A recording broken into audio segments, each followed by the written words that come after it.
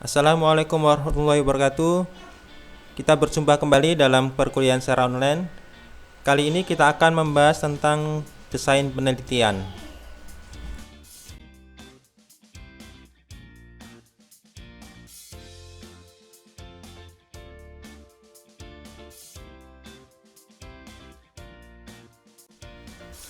Sebelum memulai penelitian, seorang peneliti terlebih dahulu memilih desain penelitian mana yang nantinya akan digunakan. Desain penelitian ini merupakan pedoman untuk mencapai tujuan penelitian dan sebagai sarana untuk memperoleh jawaban penelitian yang sahih, objektif, akurat, dan hemat. Kemudian, desain penelitian ini juga untuk mengendalikan faktor-faktor atau variabel yang dapat mengganggu penelitian. Jadi dengan memilih desain penelitian yang sesuai, maka peneliti akan sangat terbantu untuk dapat memperoleh apa yang nantinya sebagai tujuan penelitian.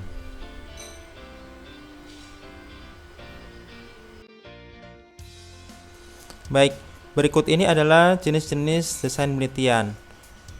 Secara umum, penelitian dibagi menjadi dua, yakni penelitian deskriptif dan penelitian analitik. Penelitian deskriptif ada dua, yakni yang berupa survei dan yang berupa pengukuran secara kualitatif. Kemudian, penelitian analitik ada dua juga, yakni yang observasional dan eksperimental. Untuk yang observasional ada tiga jenis, berupa belah lintang atau cross-seksional, kemudian kasus kontrol, kemudian cohort. Kemudian untuk yang eksperimental ada yang dapat berupa kelompok paralel dan kelompok silang.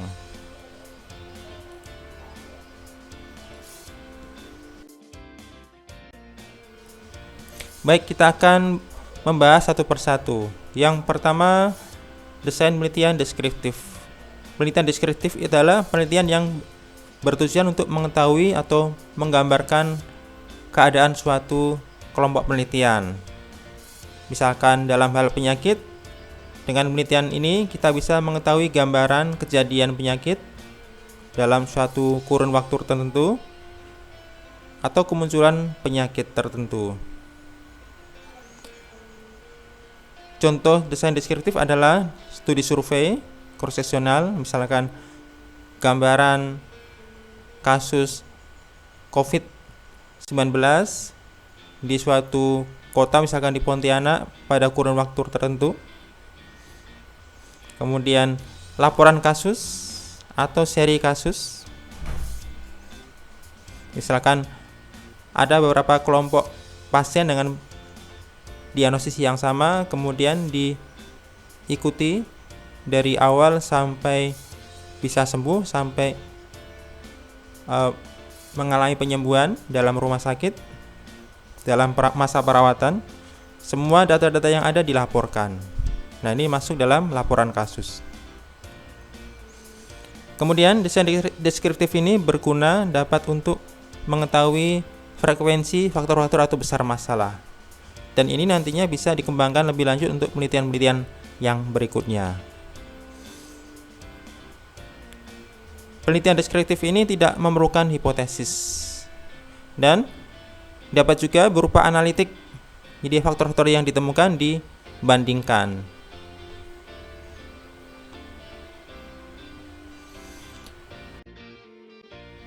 Sebagai contoh, penelitian deskriptif adalah seperti seorang peneliti ingin menggambarkan gambaran tinggi badan mahasiswa di FK Untan pada usia tertentu atau pada angkatan tertentu. Misalkan juga nomor sepatu, kemudian nilai raport, IPK, atau suatu kebiasaan dalam populasi tertentu, atau adanya penyakit tertentu atau insidensi atau kemunculan penyakit tertentu pada suatu populasi.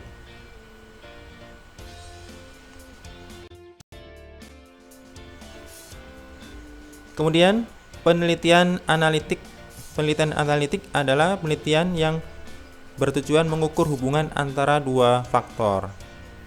Faktor tersebut bisa berupa efek suatu intervensi atau perlakuan atau adanya pajanan. Bila peneliti tidak mengintervensi, hanya mengumpulkan data, tidak memberikan perlakuan, studi analitik tersebut merupakan analitik observasional. Jika peneliti melakukan intervensi secara aktif, maka studi analitik tersebut merupakan studi eksperimental. Adapun analitik observasional ada 3. Yang pertama cross-seksional atau belah lintang, yang kedua kasus kontrol, dan yang ketiga kohort. Analitik observasional dengan cross-seksional itu artinya seorang peneliti melakukan atau mengumpulkan data dalam satu kali waktu saja. Adanya data dikumpulkan dalam satu pengambilan, yakni semua variabel, baik variabel bebas, misalkan itu adalah suatu faktor risiko atau sebagai penyebab penyakit, dan variabel tergantung sebagai efek atau penyakit itu sendiri. Data dikumpulkan semuanya secara bersamaan.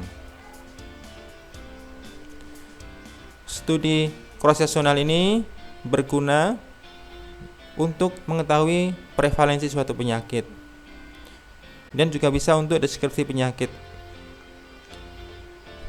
Dan salah satu bentuk yang lainnya adalah dapat merupakan uji diagnosis dan bisa untuk mengetahui proses atau mekanisme suatu penyakit. Berikut ini adalah skema bagaimana cross-seksional itu dikerjakan. Penelitian dimulai dari menentukan faktor risiko dan efek. Data ini kemudian dicari pada suatu populasi, dikumpulkan dalam skala pengukuran. Adanya faktor risiko, adanya efek dari faktor risiko tersebut, dikumpulkan semuanya dalam satu kali waktu.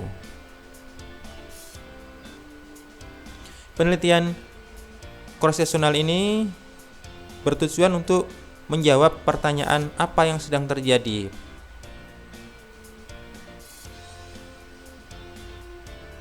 Nantinya data yang dikumpulkan ditampilkan dalam tabel seperti yang tampak di bawah ini.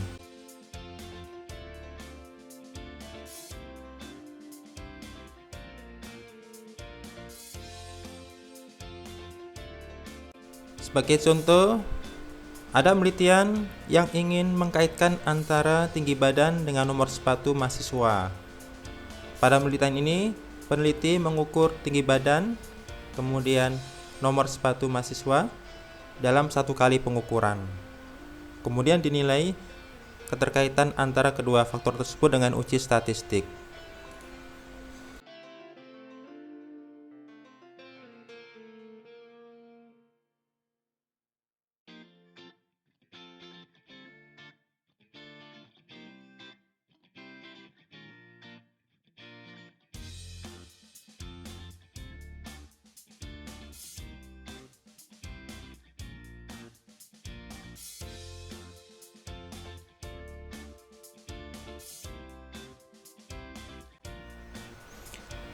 Desain penelitian berikutnya adalah desain analitik observasional. Yang pertama, desain kasus kontrol. Dalam desain ini, peneliti terlebih dahulu mengidentifikasi variabel tergantung atau efek. Peneliti memulai dari adanya efek, mengkelompokkan menjadi kelompok yang memiliki efek atau kelompok kasus, dan kelompok yang tidak memiliki efek atau sebagai kelompok kontrol. Kemudian ditarik mundur ke belakang, peneliti menggali informasi ke belakang adanya variabel bebas yang berupa faktor risiko atau penyebab, dan itu dicari di belakang. Pada desain kasus kontrol, kelompok kontrol dipilih dengan karakteristik yang sama dengan kelompok kasus, atau bila diperlukan dipilih yang serasi atau dipasangkan atau matching. Misalkan di kelompok kasus melibatkan seorang dengan usia 20-an tahun, maka di kelompok kontrol juga sama, dicarikan seorang dengan karakteristik yang sama.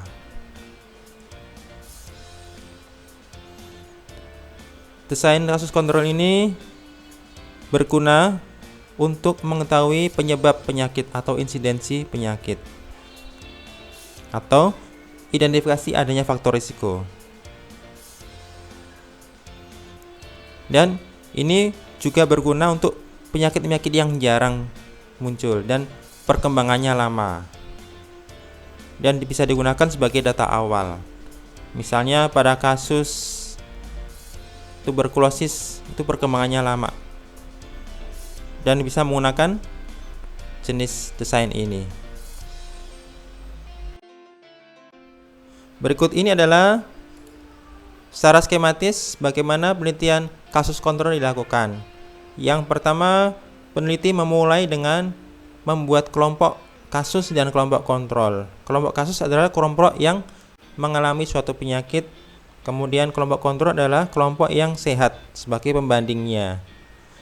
Kemudian keduanya ditelusuri ke belakang, apakah ada faktor risiko di belakang.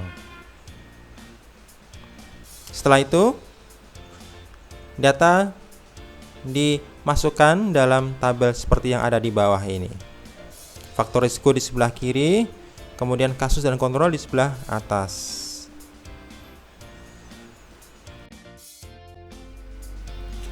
Sebagai contoh, seorang peneliti ingin mengetahui apakah pajanan formalin berisiko menimbulkan kanker paru. Peneliti kemudian pertama membuat suatu kelompok, ada kelompok kasus melibatkan pasien dengan kanker paru, kemudian kelompok kontrol melibatkan seorang dengan keadaan yang sehat tanpa adanya kanker paru. Kemudian kedua kelompok ini ditelusuri ke belakang, diwawancara untuk mengetahui riwayat ada tidaknya pajanan formalin, misalkan uap formalin. Ada yang terpajan formalin, ada yang tidak. Kemudian dibandingkan antara keduanya.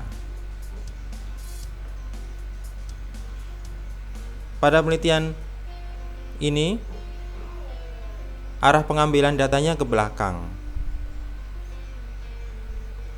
Dan penelitian kasus kontrol itu untuk menjawab pertanyaan apa yang telah terjadi sebelumnya. Pada kelompok kanker maupun kelompok sehat dicari apa yang terjadi sebelumnya, apakah sebelumnya ada pajanan formalin ataukah tidak.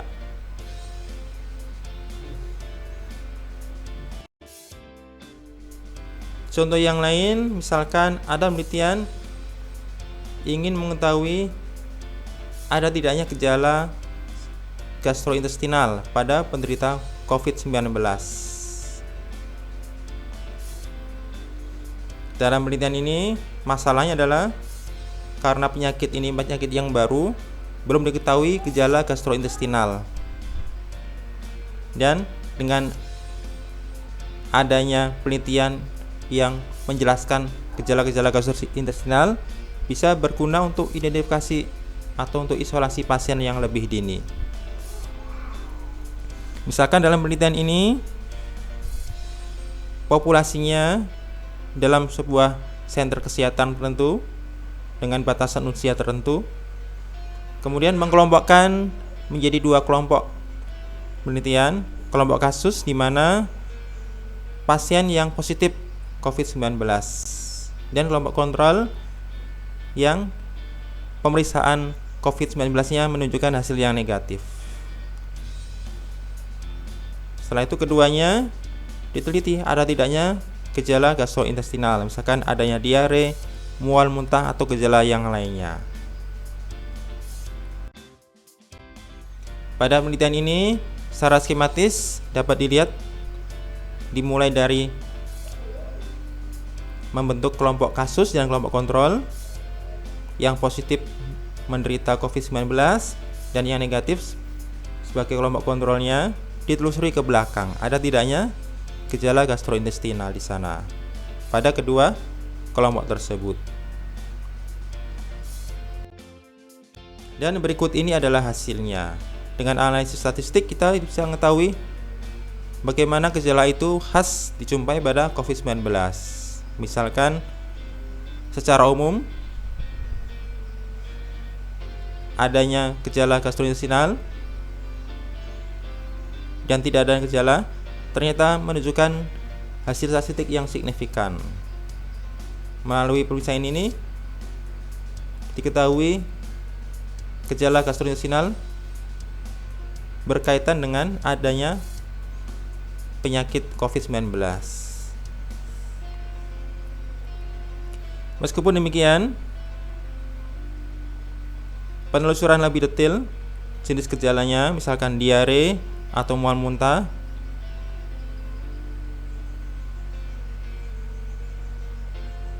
keduanya tidak menunjukkan adanya keterkaitan dengan COVID-19.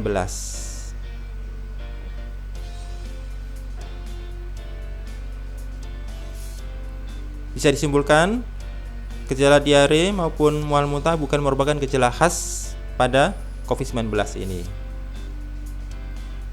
Tanpa hasil statistiknya lebih dari 0,05 yang menunjukkan adanya hubungan yang tidak signifikan atau tidak menunjukkan adanya hubungan yang signifikan.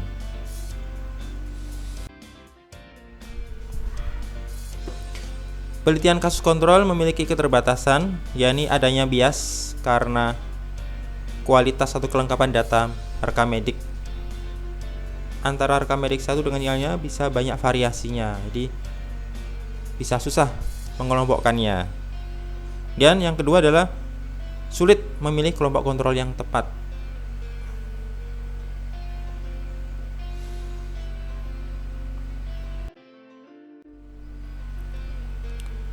Jenis penelitian analitik yang lainnya adalah cohort.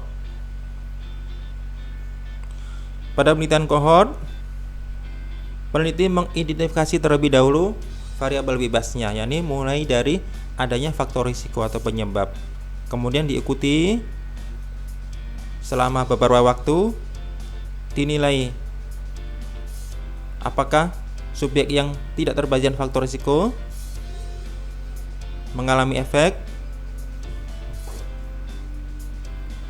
Demikian juga kelompok yang terbagian faktor risiko apakah mengalami efek.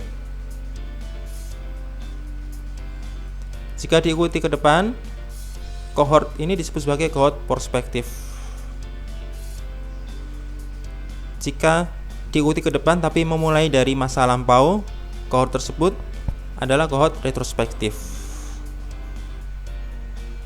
Penelitian cohort ini juga sama dengan kasus kontrol, dapat mengetahui penyebab dan insidensi penyakit, kemudian dapat untuk mengetahui riwayat perjalanan penyakit dan prognosisnya, apakah suatu penyakit berjalan semakin parah atau bagaimana, ataukah penyembuhannya mudah dan seterusnya, dan berguna untuk mengidentifikasi ada tidaknya faktor risiko.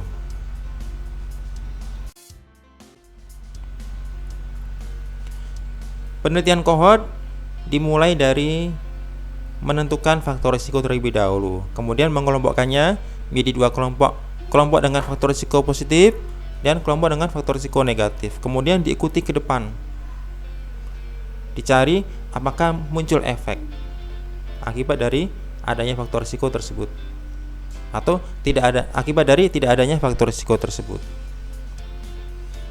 Penelitian cohort ini untuk menjawab apa yang akan terjadi nanti.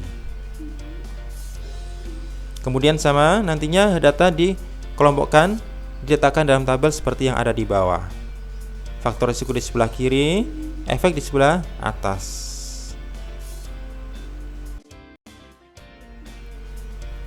Misalkan seorang peneliti ingin mengetahui apakah pajaran debu berhubungan dengan peningkatan radang paru, maka peneliti kemudian mengelompokkan menjadi 2 kelompok, pegawai yang bekerja di kantor dan pegawai yang bekerja di dekat dengan mesin pabrik. Kedua pegawai ini sama-sama di perusahaan yang sama. Kemudian diikuti selama beberapa waktu dan diamati apakah pekerja yang di kantor dan di pabrik menderita radang paru. Sebagai faktor risikonya adalah lokasi kerja, sebagai efeknya adalah ada tidaknya radang paru. Contoh yang lain, misalkan penelitian kohort untuk mengetahui faktor-faktor yang mempengaruhi mortalitas pasien COVID-19. Faktor-faktor apa yang menjadi risiko terjadinya kematian pada pasien COVID-19? Sebagai latar belakang masalah adalah belum diketahuinya faktor-faktor yang berhubungan dengan kematian pasien COVID-19. Kemudian peneliti melakukan desain penelitian berupa studi kohort prospektif dimulai dari 25 Desember 2019 diikuti sampai 7 Februari 2020. Populasinya melibatkan pasien yang dirawat di rumah sakit Wuhan misalkan demikian, yang pasien tersebut positif COVID-19. Adapun faktor risiko yang diteliti adalah status demografi, kemudian gambaran klinis dan hasil lab. Nah, semuanya ini nanti diikuti dari 25 Desember sampai ke 7 Februari. Dikelompokkan mana yang mengalami kematian dan mana yang masih hidup.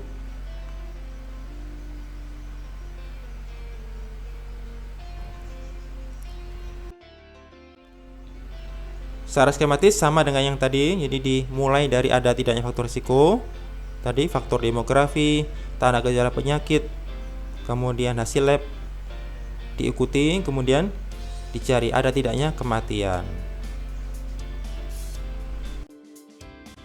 Hasilnya tampak pada tabel seperti ini.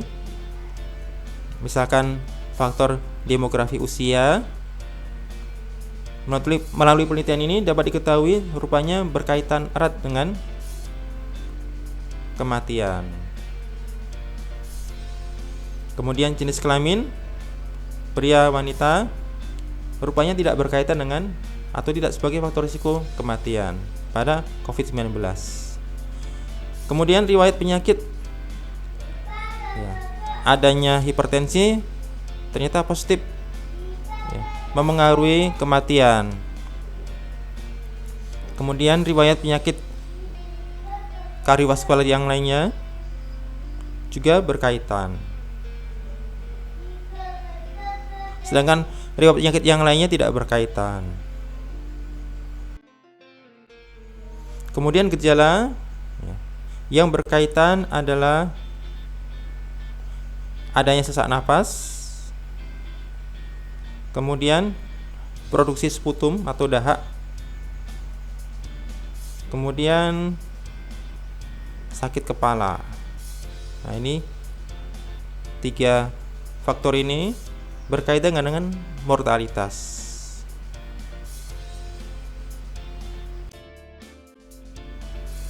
Penelitian kohort memiliki beberapa keterbatasan. Di antaranya adalah terkadang butuh waktu lama untuk memunculkan suatu penyakit.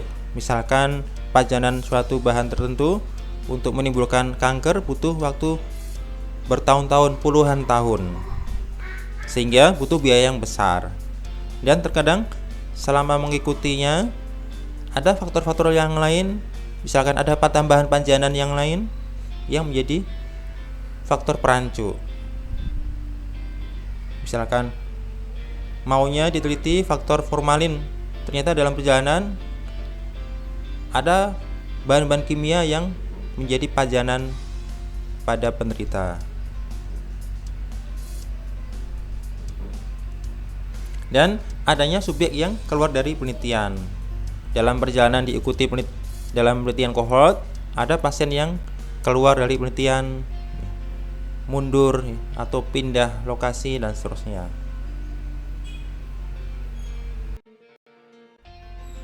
Berikut ini adalah rangkuman dari penelitian analitik.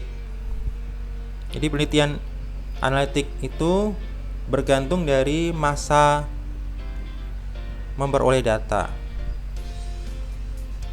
Jika memperoleh datanya dimulai dari masa sekarang, apapun data diambil di masa sekarang disebut sebagai cross-seksional. Kemudian jika memulai masa sekarang kemudian ditelusuri ke belakang disebut sebagai penelitian kasus kontrol. Atau dimulai dari suatu masa lampau diikuti ke depan sampai masa sekarang, atau dari masa sekarang sampai masa yang akan datang, itu disebut sebagai penelitian kohort. Sebagai tambahan, cross-seksional dapat juga diukur pada data yang telah terjadi, yakni di masa lalu. Misalkan mengumpulkan data yang ada di rekamedik yang telah terjadi di masa lalu. Kemudian data-data tersebut yang ada di rekamedik tersebut saling dikaitkan antara data satu dengan data yang lainnya.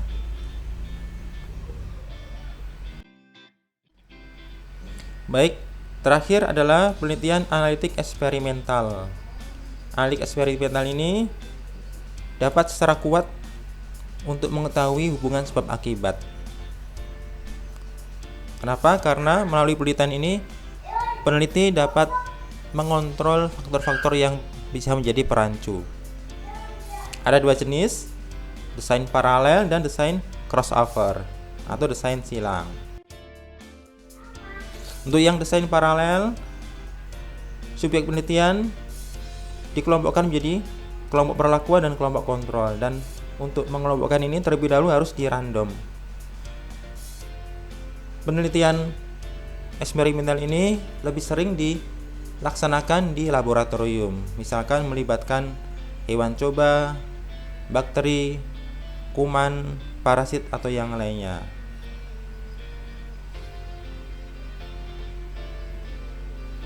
Nah, untuk yang kelompok perlakuan kemudian diikuti, dicari ada tidaknya efek. Demikian juga pada kelompok kontrol yang tidak diberikan perlakuan. Adapun desain crossover dapat dilihat pada skema ini. Yang pertama sama dengan yang tadi yang di depan, dipisah menjadi dua kelompok secara random, diikuti apakah ada efek atau tidak di antara kedua kelompok tersebut, antara kelompok perlakuan dengan kelompok kontrol. Kemudian ada masa istirahat, dengan harapan pada masa ini efek perlakuan menjadi hilang pada kelompok perlakuan. Kemudian dipindah kelompoknya, yang awalnya kelompok perlakuan dijadikan kelompok kontrol. Demikian juga yang kelompok kontrol dijadikan kelompok perlakuan. Kemudian dilakukan perlakuan yang sama, kemudian diikuti ada tidaknya efek pada kelompok perlakuan, demikian juga pada kelompok kontrol.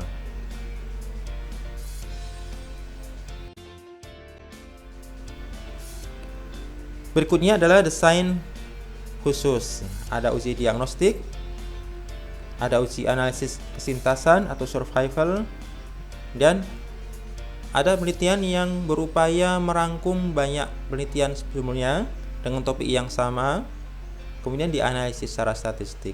Namanya meta-analisis.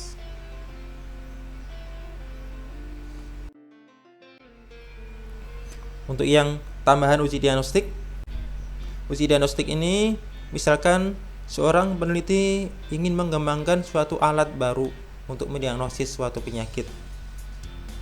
Misalkan uji tes darah, rapid test COVID-19. Dikembangkanlah suatu metode atau alat baru oleh peneliti. Kemudian peneliti ingin tahu apakah alat ini sangat baik, sebaik melakukan PCR. PCR itu pemeriksaan yang butuh waktu yang lama. Bagaimana dengan rapid test tersebut, apakah bisa untuk menggantikan? Nah, untuk menentukannya dengan uji diagnostik.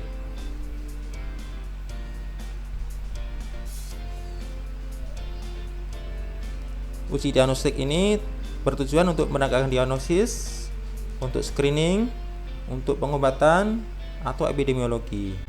Adapun parameter-parameter uji diagnostik diantaranya adalah nantinya diperoleh data sensitivitas, spesifitas, nilai prediktif positif, nilai prediktif negatif, dan rasio kemungkinan. Nah, berikut ini adalah tabelnya. Misalkan ada uji baru, diletakkan di tabel di sebelah kiri ini. Kemudian sebagai pembanding, sebagai jurinya adalah uji yang sudah menjadi standar. Misalkan PCR. Seorang peneliti mengembangkan rapid test baru. Dilakukanlah penelitian melibatkan sekelompok manusia, diukur. Hasilnya ada yang positif, ada yang negatif. Kemudian dibandingkan, dikonfirmasi dengan alat atau penelitian yang sudah standar atau metode yang sudah standar. Misalkan PCR. Melalui PCR ini akan diketahui seseorang yang memang benar-benar sakit, positif, terkena COVID-19 dan tidak terkena COVID-19. Nantinya diketahui ada positif benar, ada positif palsu. Melalui rapid test positif, ternyata setelah diteliti atau diukur melalui PCR hasilnya negatif. Nah, itu kita sebut sebagai positif palsu.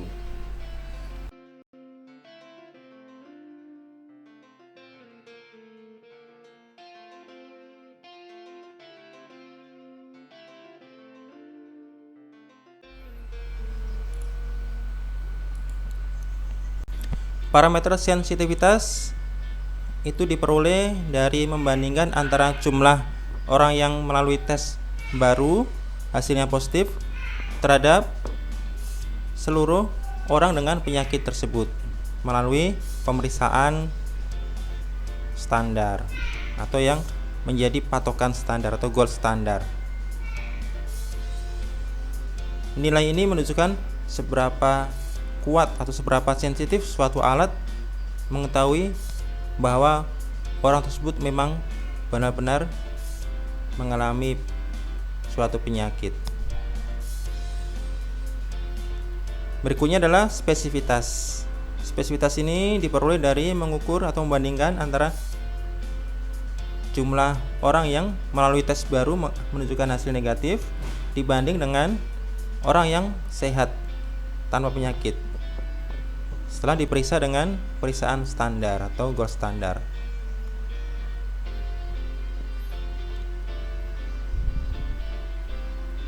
Kemudian parameter yang lain adalah nilai prediksi positif dan nilai prediktif negatif.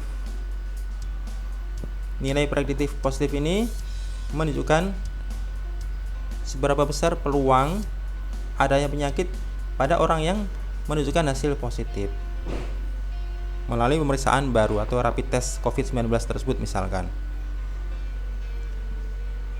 Demikian juga yang negatif sebaliknya, ini menunjukkan peluang, seberapa besar peluang seseorang tidak mengalami penyakit pada orang dengan hasil yang negatif.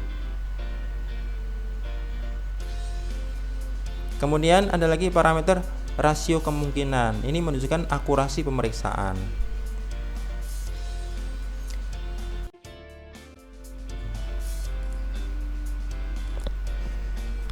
Berikut ini adalah bagaimana cara mendapatkan parameter-parameter yang tadi: sensitivitas, spesifitas, nilai duga positif, dan rasio kemungkinan. Untuk yang sensitivitas ini diperoleh dengan cara membandingkan antara pemeriksaan yang baru tersebut menunjukkan hasil yang positif dibandingkan dengan keseluruhan hasil positif melalui pemeriksaan standar.